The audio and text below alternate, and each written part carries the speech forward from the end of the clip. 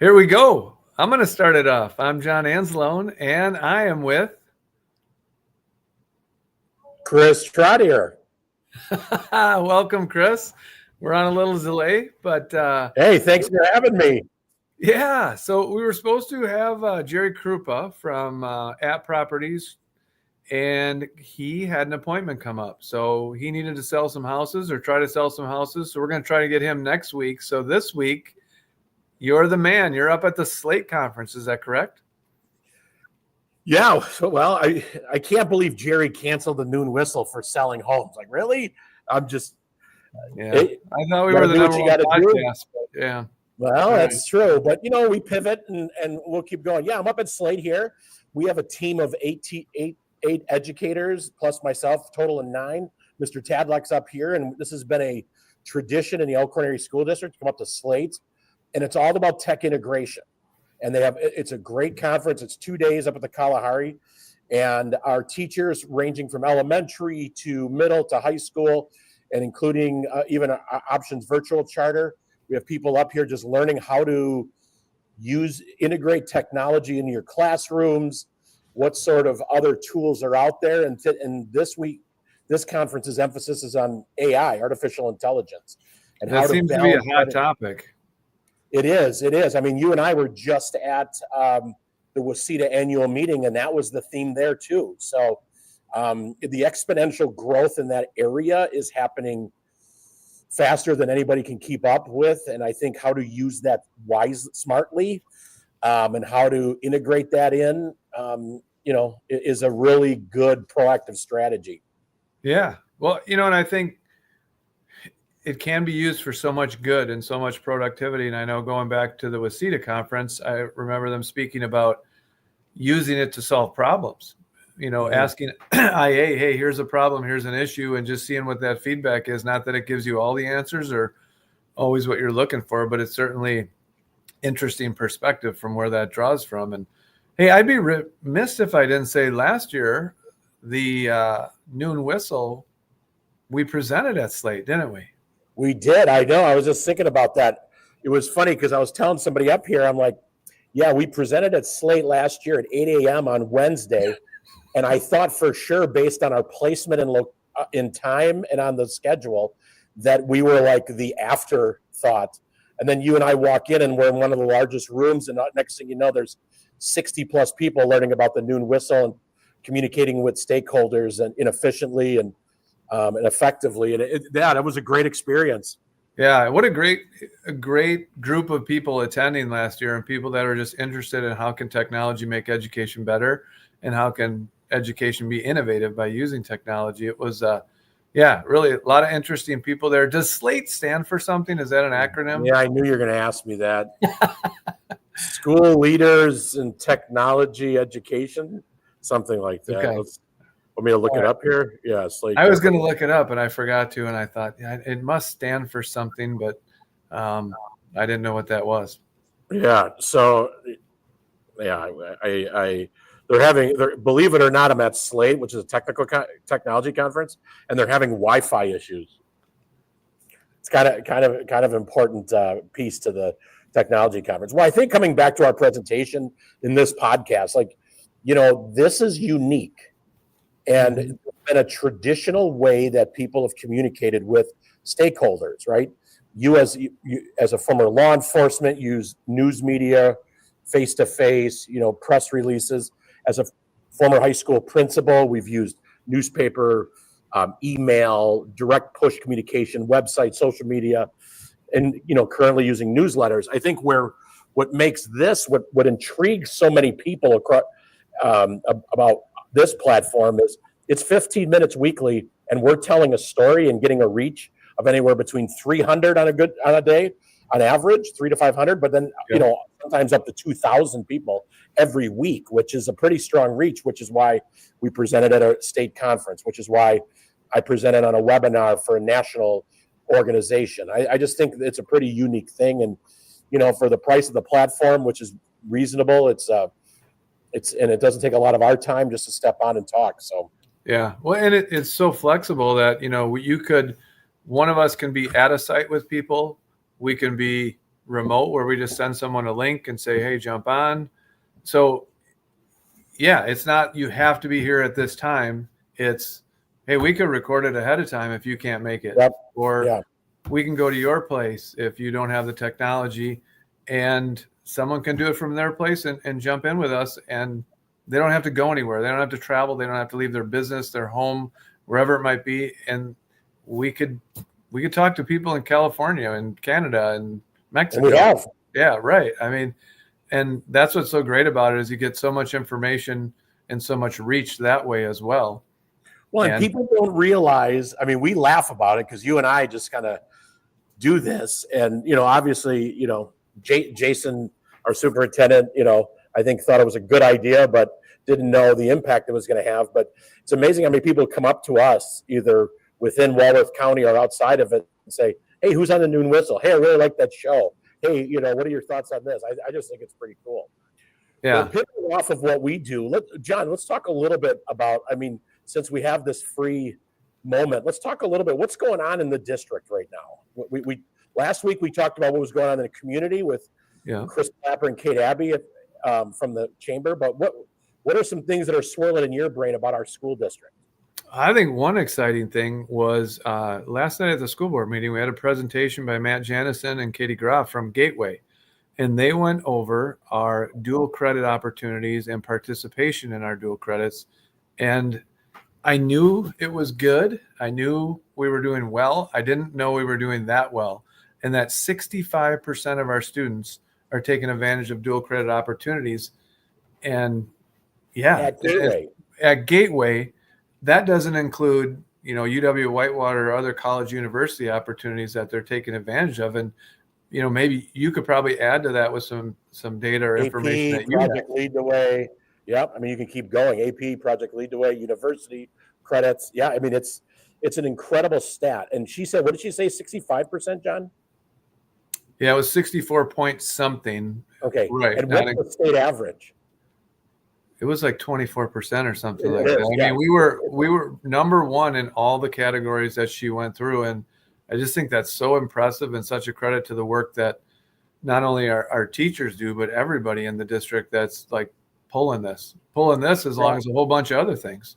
That kind of alignment, right? That from the school board all the way down, that alignment on these stackable credentials, whether they're, I was just having a conversation with Options Virtual Charter school teacher, Mrs. Grahusky, and we were talking about her amazing daughter, Anastasia, and she is applying for PA schools. And she just interviewed today at UW-Madison, and she feels like she's pretty well. She's going to be accepted minimally at Marquette and UW-La Crosse.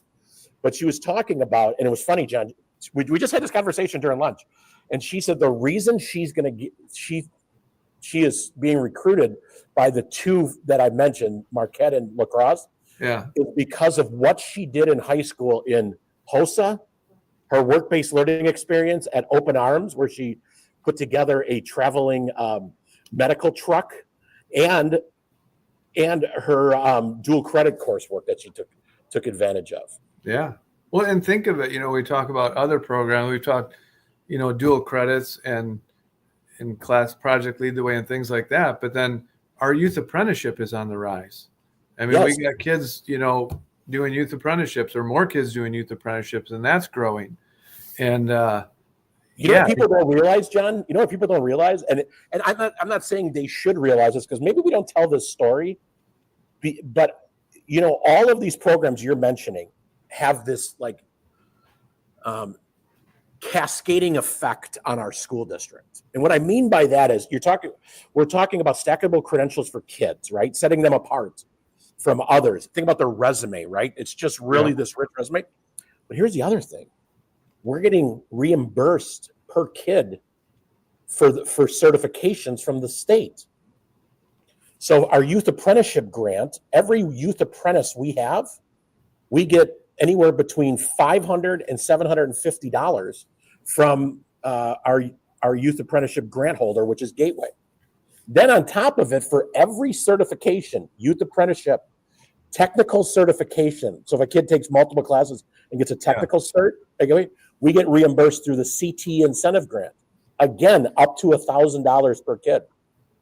Well, let me ask you this. Like, I thought I saw last night when they were presenting, kind of shifting back to the gateway thing, there was a savings of like $600,000. Yep, $600,000. Yeah, Elkhorn School District, Elkhorn High School set the record for gateway, and that is only through transcripted agreements. Classes kids take in class in our school. So our teachers teaching college classes in our building. Right. Yes, and now think about what do we? It's 950 kids. I think the last time I looked, our third Friday count was like 925. Yeah. This is on top of Kenosha Unified, Racine Unified, other larger districts, and they weren't even close. No, it was amazing. Like I said, I was shocked. I didn't know all that information and all that data, and it was shocking. It was exciting. I thought, what great opportunities our kids have everywhere. Anything you want to do, it's available. And our educational system here in town is it's diverse. It's innovative. It's diverse. And, speaking of that, I know the clock is ticking and you got to get back, but we're right in the middle of lunch. I ate that really good mashed potatoes and like some beef tips on top. They were good. It was either that or lasagna, right? All right. I'm sure gourmet. But we have another exciting program that's stacking on the youth apprenticeship program called Craftsman with Character. Yes, we had the Craftsman with Character peeps on here in October, first week in October. We did, and we're jumping on, right? We're jumping on. We say we are jumping on. You and I. Yes. So quick, you want me to give just a little like Reader's Digest version? Yeah, give us the elevator version. Well, you know me, I'm very concise in my words. So, when you look back, you're thinking, okay, so this is a pre-apprenticeship program. So the idea is this started off about 20 years ago at Edgerton Gear. Guy used this as a talent acquisition strategy, wanted to engage the high school. He started having kids do like job shadows in a manufacturing field. He would teach this character development program on Fridays. And then eventually they become youth apprentices as juniors or seniors. Yeah. And then he'd hire them. He has a waiting list of employees in manufacturing. He shared this with Frito-Lay and Scott Forge. Scott Forge's relationship with the U.S. submarine fleet. They heard about this, say, we're investing. They invested, I think it's $2 million over the next 3 years to expand this nationwide. We are one of the first school districts in Southeast Wisconsin to jump on this. We're doing it in partnership with Delavan Darien High School, our friends there. Yeah. So DD Tech and Career and College Academy. We're going to have 6 kids. John, they're going to be going to Arnell Springs, Prop Shaft, Palmer Hamilton, Integra Seating down in Walworth, Wisconsin Oven, and Tankcraft. Did I say Tankcraft? Did I say Tankcraft? I don't think so, but okay, Tankcraft. Yeah, so they get mentored there, right? They do, yeah. So they spend their morning there getting mentored. It's unpaid, and then they're going to be taking the Craftsman with Character, the character class, on Fridays. And who's teaching that, John? You know anybody? I heard that Lisa Pavette from Waseda was going to be one of the instructors. Is that true? And John Anzelo. Hey, yeah, I'm excited. Really excited about it. I think you can't go wrong with character. And over the years that I've done interviews with prospective employees, like character counts. Character counts, and it's so important. I think it's going to be really exciting to talk about that for 16 Fridays, as well as the experiences they'll get as part of the class going to the industry. Well, I think what's also cool, though, too, is you're really seeing this integration with all of our stakeholders. You got employers, U.S. Navy. You have Gateway Technical College. I mean, they're in support of helping. Us kind of build some other. Rich Schaus and his team are going to do hopefully some skill development in their lab. Waseda, and an outside agency. I mean, it's just really cool. It's going to be great for kids. Well, being in the front end of this is huge, and I think first class 6 kids. I think you're going to see this grow to 16, 26. I mean, it's.